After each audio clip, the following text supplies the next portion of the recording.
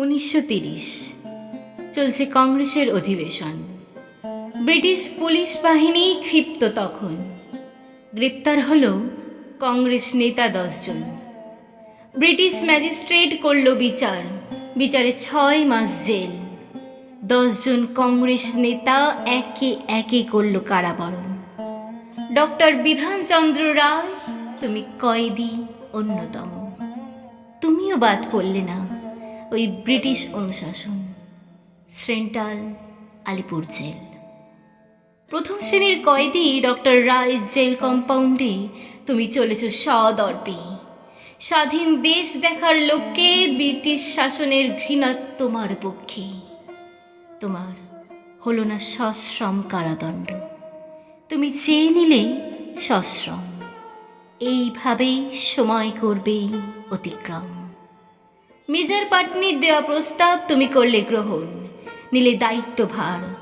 হসপিটালে 2500, তার অর্ধেক কয়েদি রাজনৈতিক নেতা ভারত মাতার।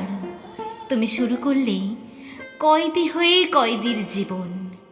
সেবা শুশ্রূষা জেলের সবাকার। জেল কম্পাউন্ডে স্টেথোস্কোপ কাঁধে 6 ফুটের বেশি উচ্চ দীর্ঘ ডাক্তার রায় তুমি চলেছ এগিয়ে এগিয়ে। জেল সুপারিনটেন্ডেন্ট মেজর পাটনি চলেছে তোমার পিছনে পিছনে। শুরু করলে এক অভূতপূর্ব ডাক্তারি জীবন। রোগীদের কাছে এ এক যেন ভগবান দর্শন। চোখে দেখা মাত্র তোমাকে রোগস্থ অসুস্থ রোগী যেন অর্ধেক সুস্থ। রোগীর সামনে এসে তুমি দাঁড়ালে, রোগীর চোখের দিকে নির্নিমেষে তাকিয়ে রইলে এক দৃষ্টি। পরীক্ষা নিরীক্ষা করলে ধীরে ধীরে। তারপর হাসি মুখে বললে, ও কিছু নয়, ভালো হয়ে যাবে, সব রোগ যাবে সেরে। রোগী মনোবল পেল রুগ্ন শরীরে। স্বল্প সময় ধরে ফেলতে রোগের গতি প্রকৃতি। কি অপূর্ব তোমার চিন্তা শক্তি। কত শত রোগীর কি ওষুধ কি পথ্য, সব যেন তোমার মুখস্থ।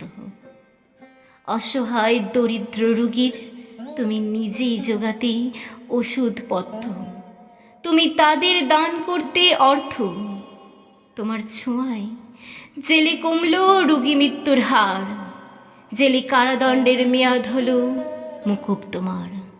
তোমাকে দেয়া হলো 1 মাসের সাম্মানিক পারিশ্রমিক। রোগীর সেবায় নেই তুলনা তোমার। কত প্রীতি কত আন্তরিক। বর্তমানের প্রেক্ষাপটে অসুস্থ দেশে অসুস্থ সমাজে মানুষ আজ বড়ই অসুস্থ।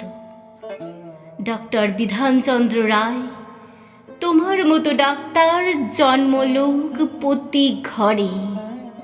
বারবার নতুন জীবন লোভুক অসংখ্য দুস্থ।